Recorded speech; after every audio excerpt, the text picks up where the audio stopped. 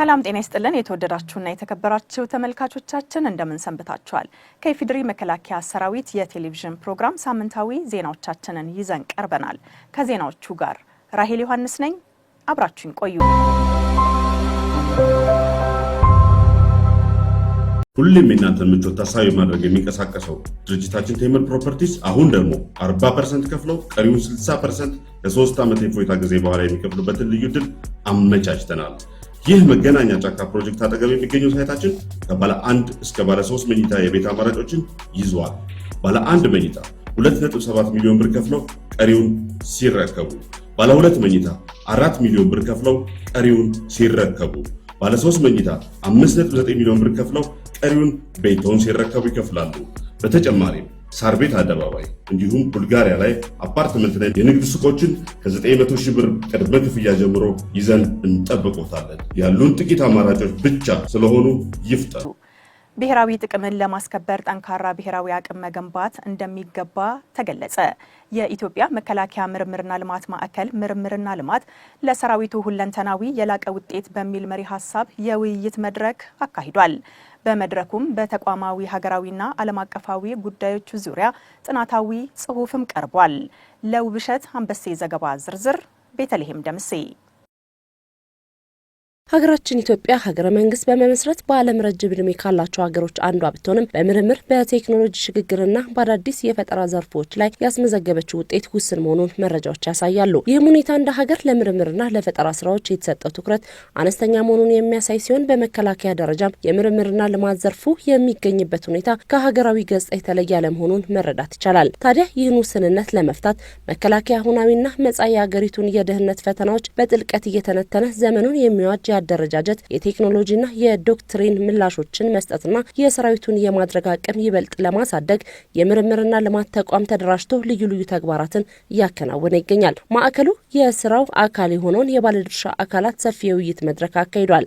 በመድረኩም በተቋሙና በብሔራዊ መረጃና ደህንነት አገልግሎት አመራሮች ጥልቅ ጥናታዊ ጽሑፎች ቀርበዋል። ጥናታዊ ጽሑፉን ሌተናል ጀነራል አጫሉ ሸለመ የመከላከያ ማህበራዊና ሰብአዊ ልማት ጉዞ ለሰራዊቱ የላቀ ግዳጅ አፈጻጸም ያለው አስተዋጽኦ፣ አቶ ዳንኤል ጉታ ከብሔራዊ መረጃና ደህንነት አገልግሎት በዘመናዊ የውትድርና ግዳጅ የቴክኖሎጂ ውጤቶች ፋይዳና ተግዳሮት፣ እንዲሁም ብርጋዴር ጄኔራል ይታያል ገላው የመከላከያ ቁልፍ የሪፎርም ስራዎችን ወደ ትራንስፎርሜሽን የመቀየር ሂደቶች በሚሉት ርዕሰ ጉዳዮች በጥልቀት አቅርበዋል። መከላከያ እያደረገ ባለው የሰው ሀብት ልማትና ዘመናዊ ሰራዊት ግንባታ ሂደት ውስጥ የምርምር ዘርፉ ከፍተኛ ሚና እየተጫወተ እንደሚገኝም በመድረኩ ተነስቷል።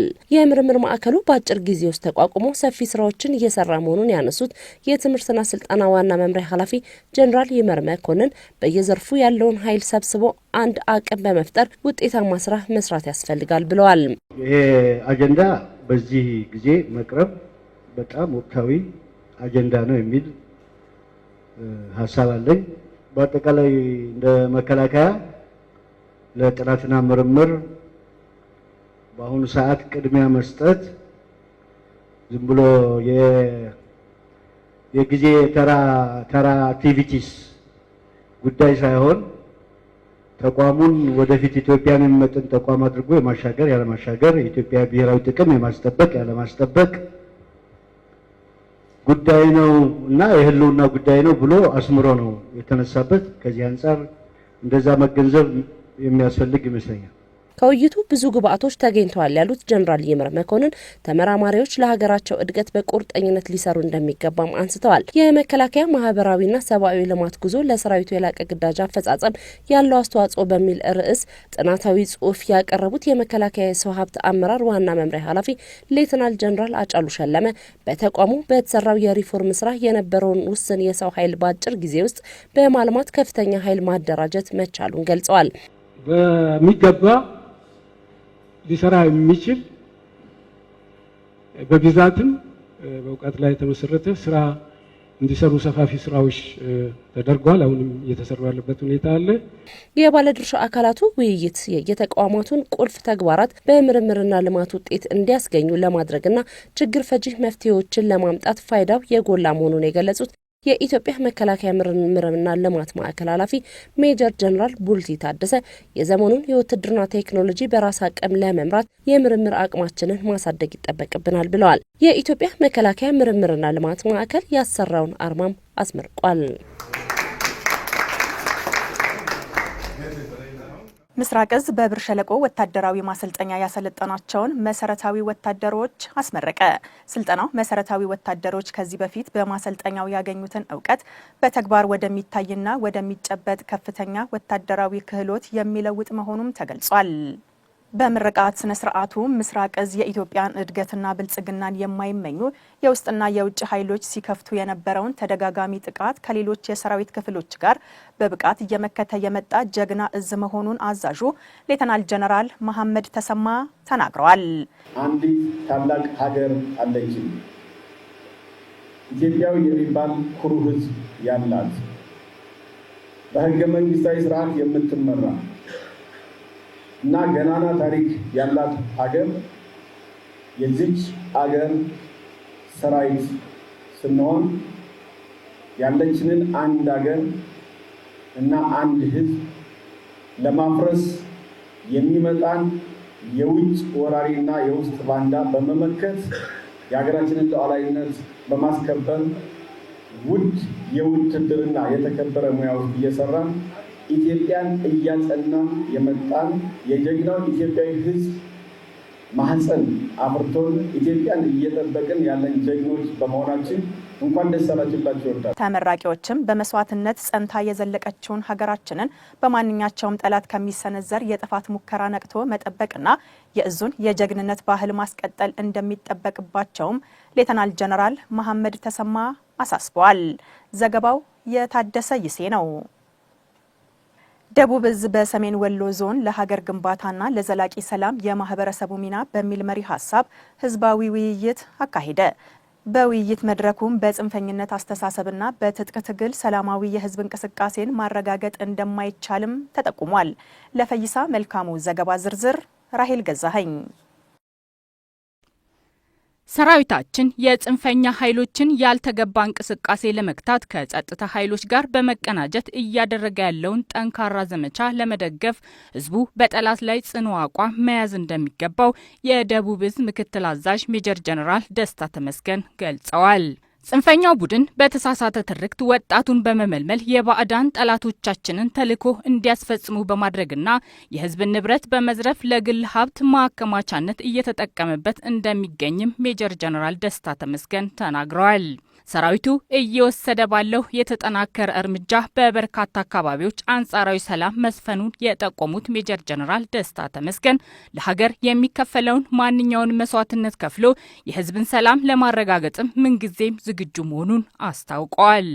መከላከያ፣ የክልሉ፣ የዞኑ፣ የወረዳው ጸጥታ እጅ ለእጅ ተያይዘን ለሀገር ስንል የትም ቦታ ገብተንኛ አካባቢያችን ሰላም ማድረግ ግዴታችን። በጠላት ተጽዕኖ ጫካ የገቡ ወጣቶች ትጥቃቸውን ፈተው ወደ ህብረተሰቡ እንዲመለሱና ሰላማዊ ህይወታቸውን እንዲመሩ በትኩረት እየተሰራ መሆኑን የገለጹት ደግሞ የሰሜን ወሎ ዞን አስተዳዳሪ አቶ አራጌ ይመር ናቸው። የዞኑ አስተዳዳሪ አያይዘውም ድብቅ ተልዕኮ አንግበው ህብረተሰቡን በብሔር በሃይማኖት ለመከፋፈልና ለማተራመስ የሚሹ አካላት ከድርጊታቸው ሊቆጠቡ እንደሚገባም አሳስበዋል። የሃይማኖት አክራሪነት ጽንፈኝነትን ማረምና ማስተካከል ይጠበቃል የሚለውን ነገር እንድትወስዱ ያስፈልጋል። ለ3 ዓመታት ገደማ በጽንፈኛው ቡድን ከአገልግሎት ውጪ የሆኑ የመንግስት መዋቅሮችን ወደ ስራ በመመለስ የመሰረተ ልማት ተጠቃሚነቱን መልሶ ለማረጋገጥ ህዝቡ ከሰራዊታችን ጋር በቁርጠኝነት እየሰራ እንደሚገኝም የሀብሩ ወረዳ አስተዳዳሪ አቶ ሁሴን መሐመድ ተናግረዋል። የውይይቱ ተሳታፊዎችም ለአካባቢው ዘላቂ ሰላም መረጋገጥ ከሰራዊቱ ጎን በመቆምና በመደገፍ የበኩላቸውን ድርሻ እንደሚወጡ አረጋግጠዋል። በዕለቱም በጥፋት ተልዕኮ ተሰማርተው የነበሩ የቡድኑ አባላት በሰላማዊ መንገድ እጃቸውን ሰጥተው የገቡ ሲሆን የበደሉትን ህዝብ ለመካስና ለሰላም ዘብ ለመቆም ዝግጁ ነን ሲሉ በውይይት መድረኩ ተናግረዋል። የመከላከያ ወታደራዊ ቅርስ ጥናትና አስተዳደር የሰራዊቱን ታሪካዊ ቅርሶችና መዛግብት በማሰባሰብና በመንከባከብ ድጋፍ ላደረጉ አካላት እውቅና በመስጠት ምስጋና አቀረበ። ቢያድግልኝ መሪ ተጨማሪ ዘገባ አለው። የኢትዮጵያ ሰራዊት ታሪክ በባርነትና በጭቆና ለነበሩ ሕዝቦች የነጻነት ቀንዲል፣ የጀግንነት መሰረት እንዲሁም የጽናትና የስትራቴጂ ጥበብ ተምሳሌት ነው። የኢትዮጵያ ሰራዊት ሙዚየምም የሰራዊቱን ትጥቅ ስልጣኔ፣ የቴክኖሎጂ ሽግግር ጉዞውንና ዓለም አቀፍ የሰላም ማስከበር ተሳትፎ የሚያሳይ መስኮት መሆኑን የመከላከያ ወታደራዊ ቅርስ ጥናትና አስተዳደር ዳይሬክቶሬት ዳይሬክተር ሜጀር ጄኔራል ጥሩያ ሰፌ ገልጸዋል። ይህ ሙዚየም የሰራዊታችንን ትጥቅ ስልጣኔ፣ ዓለም አቀፋዊ የሰላም ማስከበር ተሳትፎና የቴክኖሎጂ ሽግግር ጉዞ በግልጽ የሚያሳይ መስኮት ነው። በሌላ በኩል ደግሞ ለወታደራዊ ሳይንስ፣ ለሚዲያና ባለሙያዎች፣ ለተመራማሪዎች ትልቅ የእውቀት መቅሰሚያ ተቋም ነው። የኢትዮጵያ ሰራዊት ሙዚየምም ትልቅ የሀገራችን ቅርስ እንደመሆኑ ወደሚፈለገው ግብ ለማድረስ መላው የኢትዮጵያ ሕዝብ፣ የሰራዊቱ ክፍሎችና ባለድርሻ አካላት የጋራ ድርሻና ሁለንተናዊ ድጋፍ ተጠናክሮ ሊቀጥል እንደሚገባም ሜጀር ጄኔራል ጥሩያ ሰፌ ጥሪ አቅርበዋል። በግለሰቦችና በተቋማት የሚገኙ የታሪክ አሻራዎችን ማሰባሰብ ስራችን በስፋት ይቀጥላል። ይህን ታሪካዊ አደራ ከግብ ለማድረስ መላው የኢትዮጵያ ሕዝብ ሁለንተናዊ ድጋፋችሁን አጠናክራችሁ እንድትቀጥሉ ጥሬን በአክብሮት አቀርባለሁ። ለኢትዮጵያ ሰራዊት ሙዚየም እውን መሆን የደከማችሁ ሁሉ በድጋሚ ክብርና ምስጋና ይገባችኋል። ሜጀር ጄኔራል ጥሩያ ሰፌ አክለውም ሙዚየሙ ለቀጣዩ ትውልድና ለተማሪዎች የእውቀት ምንጭ እንዲሆን ሰፊ ስራ እንደሚሰራም ተናግረዋል። በመከላከያ ሰራዊት ሙዚየም የእውቅናና ምስጋና መርሃ ግብር ላይ በክብር እንግድነት የተገኙት የመከላከያ ሚዲያና ኮሚኒኬሽን ማዕከል ኃላፊ ሜጀር ጄኔራል እንዳልካቸው ወልደ ኪዳን በበኩላቸው ቅርሶቹን ለብዙ ዓመታት ጠብቆ በማቆየትና ለሙዚየሙ በማበረከትና በተለያዩ መልኩ የበኩላቸውን አስተዋጽኦ ላበረከቱ ባለድርሻ አካላት ምስጋና አቅርበዋል። ቀደም ሲል በነበሩ የተለያዩ የታሪክ አጋጣሚዎች የሀገሪቱን ወታደራዊ ታሪክና ትርክት ለማጥፋትና ለማዛባት የውጭ ኃይሎችና ባንዳዎች ከፍተኛ ጥረት ሲያደርጉ እንደነበር ያስታወሱት ሜጀር ጄኔራል እንዳልካቸው ወልደ ኪዳን በሙዚየሙ አማካኝነት የተበታተኑ የሰራዊቱ ቅርሶች ማሰባሰብና ታሪካዊ እውነታዎችን ወደ አንድ ቦታ ማምጣት መቻሉንም አብራርተዋል።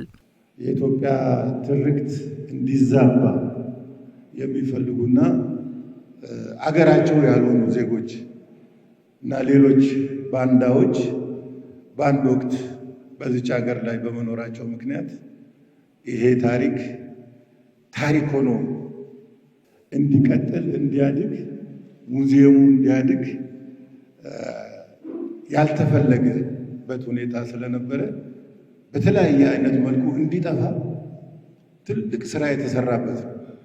ስለዚህ ይሄ ዛሬ ሲቋቋም ያንን ሁሉ አልፎ የተበታተነ ቅርጽን በማሰባሰብ እዚህ ደረጃ ደርሷል። የተዛቡ ትርክቶችን በማስተካከል ትክክለኛውን ወታደራዊ ታሪክና እውቀት ለቀጣዩ ትውልድ ለማስተላለፍ ሙዚየሙ የላቀ ሚና እንደሚጫወትም ሜጀር ጄኔራል እንዳልካቸው ወልደ ኪዳን ጠቁመዋል። ያለፈውን ትርክት፣ የተዛባ ትርክት ወደ አንድ አምጥቶ ለመስፋት ለመቅጠምም እና ለትውልድ እንዲተላለፍ ሰራዊት ሁልጊዜ እንደምንናገረው ሰራዊት ማለት ሀገር ማለት ነው። የዚህን ሰራዊት ታሪክ ማጥፋት ማለት የሀገር ታሪክ ማጥፋት ማለት ነው። በአጭር ጊዜ ይሄ የተሰራው ነገር የሀገርን ታሪክ፣ የተዛባ ታሪክ ወደ አንድ አድርጎ ለትውልድ ለማስተላለፍ የተከፈለ መስዋዕት ነውና ይህንን ሀሳብ ላመጣችሁ፣ ለተሳተፋችሁ፣ ቅርስ ላዋጣችሁ፣ ነገም ለመስራት የተዘጋጃችሁ በዚህ ብቻ የምንቆም አይደለም። ይሄ ሙዚየም፣ ይሄ ቅርስ ለሰራዊታችን ግንባታ ትልቁ ክፍል ነው ማለት እንችላለን።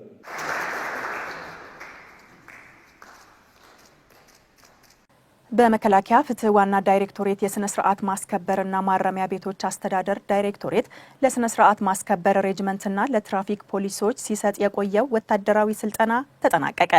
ታድላ መላኬ ተጨማሪ አላት።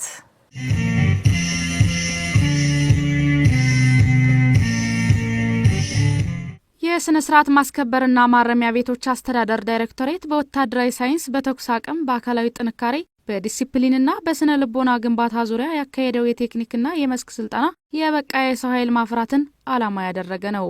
ለትራፊክ ፖሊሶችና ለስነ ስርዓት ማስከበር አባላት የሀገራችን አሁናዊ ሁኔታ መነሻ በማድረግ የጸረ ሽምቅ ስልጠና፣ የእጀባ፣ የመሬት ገጽ ማንበብና ሌሎች እልህ አስጨራሽ ስልጠናዎች የተሰጡ ሲሆን ሰልጣኞች በቀጣይ የሚሰጣቸውን ግዳጅ በአጭር ጊዜ በዲሲፕሊንና በኃላፊነት በብቃት የሚወጡበት አቅም መጨበጣቸውም ተገልጿል። ሰራዊቱ የሚሰጠውን ህገ መንግስታዊ ተልዕኮ በድል አድራጊነት ለመፈጸም በየጊዜው የሙያ ማሻሻያ ለማድረግ ስልጠና ትልቁን ድርሻ እንደሚይዝ የስነ ስርዓት ማስከበርና ማረሚያ ቤቶች አስተዳደር ዳይሬክቶሬት ዳይሬክተር ኮሎኔል ማቱሳላ ሶካ ገልጸዋል። አንድ ሬጂመንትና አንድ ወታደራዊ ትራፊክ ሻምበል ማለት የተሟላ ትጥቅ የተሟላ የሰው ኃይል ያለንን፣ ስለዚህ በያዘው ትጥቅ በያዘው መሳሪያ ተኩሶ የሚመታ አካል ብቃት ያለው ጥሩ አካል ብቃት ያለው ጥሩ ስልት እንዲያቅ ተደርጎ ነው የተገነባው። ስለዚህ ለምንሰጠን ለማንኛውም ግዳጅ ራሱን ያዘጋጀ ብቁ ወታደር ነው። ስለዚህ ጠላትን ከሩቅ ማስቀረት እዚህ አካባቢ የሚፈጠረውን ችግር ከሩቅ ስጋቶችን ከሩቅ የሚያስቀር ኃይል መሆኑን በተጨባጭ ያረጋገጠበት ስልጠናም ነው። ዳይሬክተሩ አክለውም የትራፊክ ፖሊስ ስልጠና እንደ ተቋምም ሆነ እንደ ሀገር የትራፊክ ፍሰትን በዘመናዊ መንገድ ለመቆጣጠር አደጋዎችን ለመቀነስ ሁሉም የእናንተን ምቾት ታሳቢ ማድረግ የሚንቀሳቀሰው ድርጅታችን ቴምር ፕሮፐርቲስ አሁን ደግሞ 40% ከፍለው ቀሪውን 60% ለ3 ዓመት የፎይታ ጊዜ በኋላ የሚከፍሉበትን ልዩ ዕድል አመቻችተናል። ይህ መገናኛ ጫካ ፕሮጀክት አጠገብ የሚገኘው ሳይታችን ከባለ 1 እስከ ባለ 3 መኝታ የቤት አማራጮችን ይዟል። ባለ 1 መኝታ 2.7 ሚሊዮን ብር ከፍለው ቀሪውን ሲረከቡ፣ ባለ 2 መኝታ 4 ሚሊዮን ብር ከፍለው ቀሪውን ሲረከቡ፣ ባለ 3 መኝታ 5.9 ሚሊዮን ብር ከፍለው ቀሪውን ቤቶን ሲረከቡ ይከፍላሉ።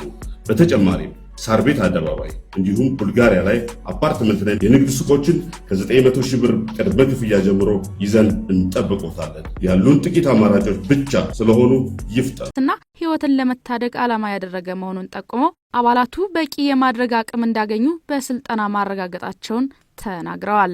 ተቋማችን ከኛ የሚጠብቀውን ኃላፊነት በጀግንነት ለመፈጸም ስልጠናው ማንኛውንም የሚሰጠንን ግዳጅ በብቃትና በስኬታማነት ለመወጣት የሚያስችል ቁመና ላይ አድርሶናል ያሉት ደግሞ የትራፊክ ፖሊስ ሻምበል አዛዥ ሻምበል ሲሳይ ባልቻ ናቸው።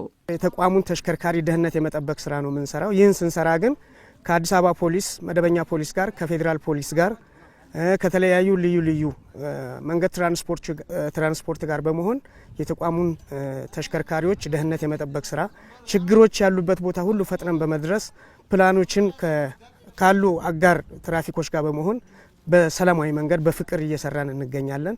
ከፍተኛ ውጤት ያስመዘገቡ የስነ ስርዓት ማስከበር ሬጂመንትና የትራፊክ ፖሊስ አባላትም ሀገርን ለማገልገል ሞራላዊ፣ አካላዊና ስነ ልቦናዊ ጀግንነትን እንዳላበሳቸውና የተሻለ አቅም እንደፈጠረላቸው ገልጸዋል። ጅቡቲ የሚገኘው የአሜሪካ ጦር ቤዝ የተቀናጀ ግብረ ኃይል በሁርሶ ኮንቲንጀንት ማሰልጠኛ በመገኘት ከሎጂስቲክስ ዋና መምሪያ ከኢንዱስትሪ ግሩፕና ከማሰልጠኛው ለተውጣጡ የጥገና ሙያተኞች በብረት ለበስ ወታደራዊ ተሽከርካሪዎች ጥገና ዙሪያ ስልጠና ሰጠ። ስልጠናው በኢትዮጵያና በአሜሪካ መካከል ያለውን ወታደራዊ ትብብርና አንድነት ማሳያ መሆኑም ተጠቁሟል። ብረት ለበስ ተሽከርካሪዎቹ ዘመናዊ ቴክኖሎጂ የተገጠመላቸው በመሆኑ የጥገናና እንክብካቤ ስራዎችን በተገቢው ለማከናወን ስልጠናው የራሱን አስተዋጽኦ እንደሚያበረክትም ተገልጿል። ስልጠናው በተግባርና በልምምድ የተደገፈ በመሆኑ ለሙያዊ አቅማቸው መጎልበት ከፍተኛ አስተዋጽኦ እንዳበረከተ የተናገሩት ሰልጣኞቹ ያገኙትን ተጨማሪ ሙያዊ ክህሎት በስራ ለመተግበር ዝግጁ መሆናቸውንም አረጋግጠዋል። ዘገባው የተስፋዬ ያረጋል ነው። ምስራቅ እዝ ህገ መንግስታዊ ተልዕኮን በላቀ ብቃት ከመወጣት ጎን ለጎን በግብርና ልማቱም ውጤታማ ተግባራትን እያከናወነ እንደሚገኝ ተገለጸ። በግብርና ሚኒስቴር በሰብል ምርቶች ፕሮግራም አስተባባሪ በዶክተር ሰለሞን ቢኖር የተመራው ቡድንም በእዙ እየተከናወኑ ያሉ የግብርና ልማት ስራዎችንም ጎብኝቷል። ምስራቅ እዝ እያከናወናቸው የሚገኙ የግብርና ልማት ስራዎች አመርቂ መሆናቸውን የመከላከያ ግብርና ግብዓትና ሜካናይዜሽን ቴክኖሎጂ ዳይሬክተር ብርጋዴር ጀነራል እሸት ያራጌ ገልጸዋል። እዙ የሀገርን ሉዓላዊነት ከመጠበቅ ባሻገርም ምርትና ምርታማነትን በማሳደግ አርአያነት ያለው ተግባር መፈጸሙንም ብርጋዴር ጀነራል እሸቱ ያራጌ ተናግረዋል። እዙ በርካታ ውስብስብ ግዳጆችን ከመወጣት ጎን ለጎን በግብርና ልማት ስራዎቹ በሰፊው በመሳተፍ የአካባቢውን ነዋሪ ኑሮ በማሻሻልና የስራ አጥ ቁጥርን በመቀነስ አበረታች ተግባራቶችን እያከናወነ መገኘቱን የተናገሩት ደግሞ በግብርና ሚኒስቴር የሰብል ምርቶች ፕሮግራም አስተባባሪ ዶክተር ሰለሞን ቢኖር ናቸው። የምስራቅ እዝ የግብርና ልማት ኃላፊ ሌተናል ኮሎኔል ተስፉ ዝምበላቸው በበኩላቸው እዙ የተለያዩ ቋሚ አትክልቶችን አዝርቶችንና የቁም እንስሳትን በማደለብ ሰራዊቱንና የሰራዊቱን ቤተሰብ ከማገልገል ባለፈ በአካባቢው የተረጋጋ ገበያ እንዲኖር የበኩሉን አስተዋጽኦ እያበረከተ እንደሚገኝም አስረድተዋል። ዘገባው የአወል መሐመድ ነው። ደቡብ እዝ ጽንፈኛና አሸባሪ ቡድኖችን በመደምሰስ ሀገራዊ ተልዕኮን በላቀ ብቃትና በውጤት እያከናወነ መሆኑን ገለጸ። የእዙ ሙዚቃና ቲያትር ቡድን በግዳጅ ቀጠናዎቹ የጥበብ ስራዎችን አቅርቧል። እዙ በተለያዩ ቀጠናዎች አኩሪ ገድል በመፈጸም እንደ ሀገር የተካሄዱ ታላላቅ ሁነቶች በሰላም እንዲጠናቀቁ በማድረግና የጥፋት ኃይሎችን በመቆጣጠር እያስመዘገበ ያለውን ስኬት አጠናክሮ መቀጠሉን በእዙ ስር የሚገኝ ኮር አዛዥ ብርጋዴር ጀነራል ደጀኔ ጸጋዬ ገልጸዋል። ብርጋዴር ጀነራል ደጀኔ ጸጋዬ አያይዘውም እዙ ባለው የተሟላ ወታደራዊ ቁመና ጠላት በቀጠናው ጦርነት ማድረግ እንደማያዋጣው እንዲያስብ እንዳስገደደውም ጠቁመዋል። ኪነ ጥበብ ለሰራዊት ሞራል ግንባታ ጉልህ ሚና እንደሚጫወት ያስታወሱት ብርጋዴር ጀነራል ደጀኔ ጸጋዬ የደቡብ እዝ ሙዚቃና ቲያትር ቡድን በግዳጅ ቀጠናዎች በመዘዋወር ያቀረባቸው የጥበብ ስራዎች ለበለጠ ድልና ስኬት የሚያነሳሱ መሆናቸውንም ጠቁመዋል። ዘገባው የአብርሃም ዘውዱ ነው። ሰራዊታችን በሰው ኃይልና በቴክኖሎጂ ራሱን ከማዘመን ተግባሩ ጎን ለጎን የሰራዊቱን የጤና ዝግጁነት የበለጠ ለማጎልበት በትኩረት እየሰራ እንደሚገኝ ተገለጸ። የደቡብ ግንባር ሰራዊት ነርስ ትምህርት ቤትም ከተለያዩ እዞች ለተውጣጡ አዲስ የነርስ ተማሪዎችም አቀባበል አደረገ። በአቀባበል ስነ ስርዓቱም የደቡብ ግንባር ሰራዊት ሆስፒታል የደቡብ እዝ ከፍተኛ የስራ ኃላፊዎችና የትምህርት ቤቱ ሁለተኛ ዓመት ተማሪዎችም ልምዳቸውን አካፍለዋል። ተማሪዎቹም ከትምህርት ቤቱ የሚያገኙትን ሙያዊ ክህሎት ከወታደራዊ ስነ ምግባራቸው ጋር በማዋሃድ የሰራዊታችንን የጤና ዝግጁነት ማጎልበት እንደሚጠበቅባቸውም የደቡብ ግንባር ሰራዊት ሆስፒታል አዛዥ ኮሎኔል መሐመድ አደም አሳስበዋል። ዘገባው የኢዮብ ሰለሞን ነው። በመጨረሻም መሐንዲስ ዋና መምሪያ የማዕከላዊ እዝ ጠቅላይ መምሪያ ቢሮ ግንባታን ጥራቱን ጠብቆ በፍጥነት ለማጠናቀቅ ስራዎችን በትኩረት እያከናወነ እንደሚገኝ ገለጸ። እዙ በጅማ እያስገነባ የሚገኘውን ዘመናዊ ህንፃ የቦታውን አስቸጋሪ ሁኔታ ከማስተካከል አንስቶ ጥራቱን በጠበቀ ሁኔታ ከተያዘለት ቀነ ገደብ አስቀድሞ ለማጠናቀቅ ከፍተኛ ርብርብ እየተደረገ ስለመሆኑም የግንባታ ፕሮጀክቱ ኃላፊ ሻለቃ ኢንጂነር አምሳሉ ሀርፍቾ ተናግረዋል። ፕሮጀክቱ በአካባቢው ለሚገኙ ነዋሪዎች ሰፊ የስራ ዕድል በመፍጠርና ማህበረሰቡን ተጠቃሚ በማድረግ ላይ መሆኑን ደግሞ የፕሮጀክቱ የሰው ሀብት ዴስክ አስተባባሪ ሻምበል ጸጋዬ እናውጋው ጠቁመዋል። ዘገባው የአዳም ወንድማገኝ ነው። የተከበራችሁ ተመልካቾቻችን ለዕለቱ ያዘጋጀንላችሁ ወታደራዊ ዜናዎቻችን የተከታተላችሁትን ይመስል ነበር። ቀሪ የኢፌዴሪ መከላከያ ሰራዊት